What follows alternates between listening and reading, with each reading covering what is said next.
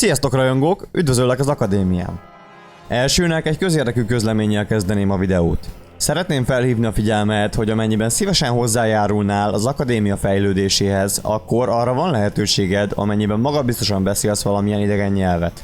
A videó leírásában szóról szóra olvasható, ami a videó alatt elhangzik, így pedig adódik a lehetőség, hogy azt le lehessen fordítani mind a leírásban, mind pedig a videó alá feliratnak.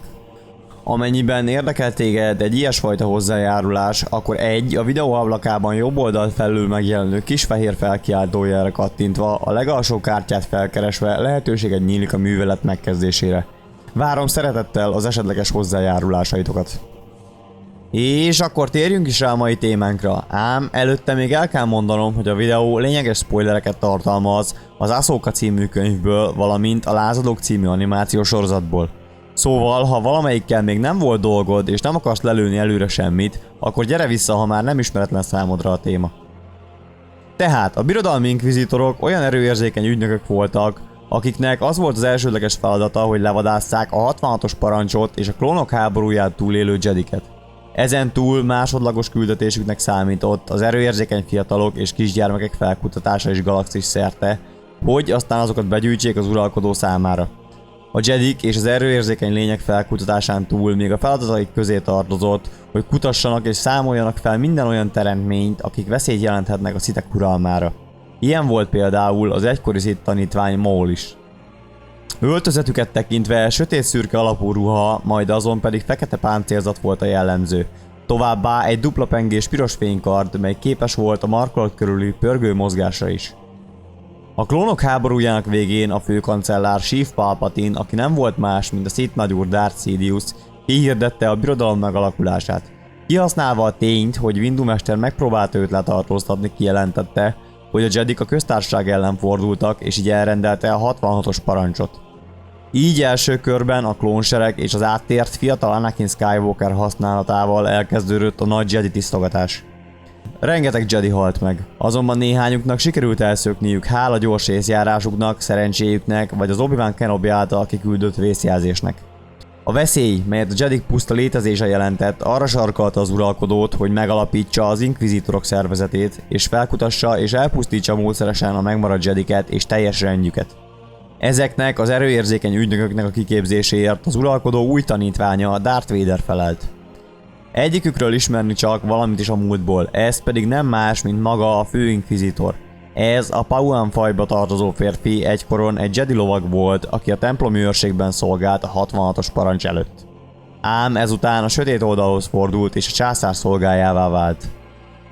Tudni érdemes az inkvizitorokról, hogy rangjukat tekintve a rohamosztagosok és egyéb hasonló katonai tisztek felett álltak. Azok számára ők felettesnek számítottak. Amennyiben egy birodalmi katona valamilyen erőérzékeny lényre vagy annak gyanújára bukkant, azonnal értesítenie kellett valamelyik inkvizitort. Ezzel is segítve az aratás projektet és magának az uralkodónak a hatalmát. Tagjaikat tekintve az első, akit megismerhettünk, az a 6. testvér volt. Az Ahsoka című könyv folyamán találkozhattunk az ő történetével. Ebből kiderül, hogy valahogy Ahsoka nyomára bukkant, és hogy végül összecsaptak a Rada holdján. Ám az egykori padawannak sikerült legyőzni a testvért és megölnie őt. Elvette fénykardjait, a kristályokat pedig saját erejével megtisztította. Ezután azokat saját fénykardjához használta fel, melyek aztán fehér színben ragyogtak. A fő inkvizitor, mikor odaért és kivizsgálta a helyszínt, úgy döntött, hogy maga ered a volt Jedi után. Habár ő nem volt tisztában azzal, hogy Ahsoka az, akit üldözőbe vett. A későbbiekben a Lázadók sorozat keretében megismerhetjük még jobban a fő inkvizitort, valamint képet kaphatunk még az 5. testvér, a 7. nővér és a 8. testvér jelenlétéről. A fő inkvizitor életét vesztette Caleb Dume, azaz lázadó álnevén Kanan Jarrus és tanítványa Ezra Bridger ellen a Lothalon. A fennmaradt másik 3 inkvizitor pedig a malakori Sith templomnál vesztette életét. A 7. nővért Maul erőfolytogatással hatástalanította, majd miután Ezra nem volt hajlandó megölni, ő maga végzett vele egyetlen csapással. Miután az 5. testvér fénykardja elpusztult, amikor Ahsoka ellen küzdött, Maul nem kímélte őt sem, és hamar elvette az életét. A 8. testvér megpróbálta menekülőre fogni. Azonban a különleges felépítésű fénykardja, mely lehetővé tette számára, hogy rövidebb távon repüljön, megsérült az előzetes párbajok folyamán. Így, amikor megpróbálta azt használni szökéséhez, az meghibásodott, és a 8. testvér is a halál áldozata lett, amikor lezuhant a Malakori szentély padlózatára.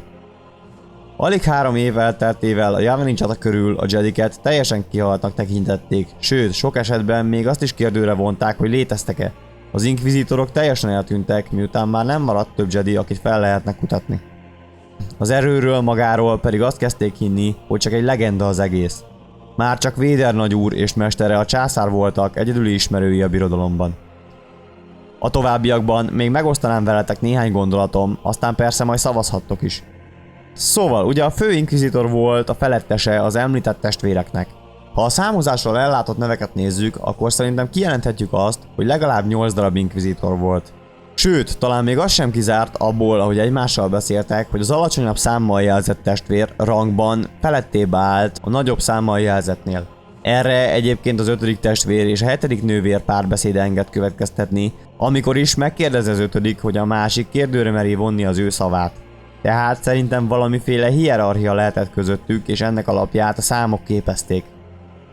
Mivel elképzelhető, hogy 8-an voltak, akikből csak 4-jel találkoztunk, ugye, így az első 4 még kérdéses, illetve csak 3, ha Maul új kardját is nézzük. Mivel azt Maul minden bizonnyal egy inkvizitor sérült fénykardjából készítette el.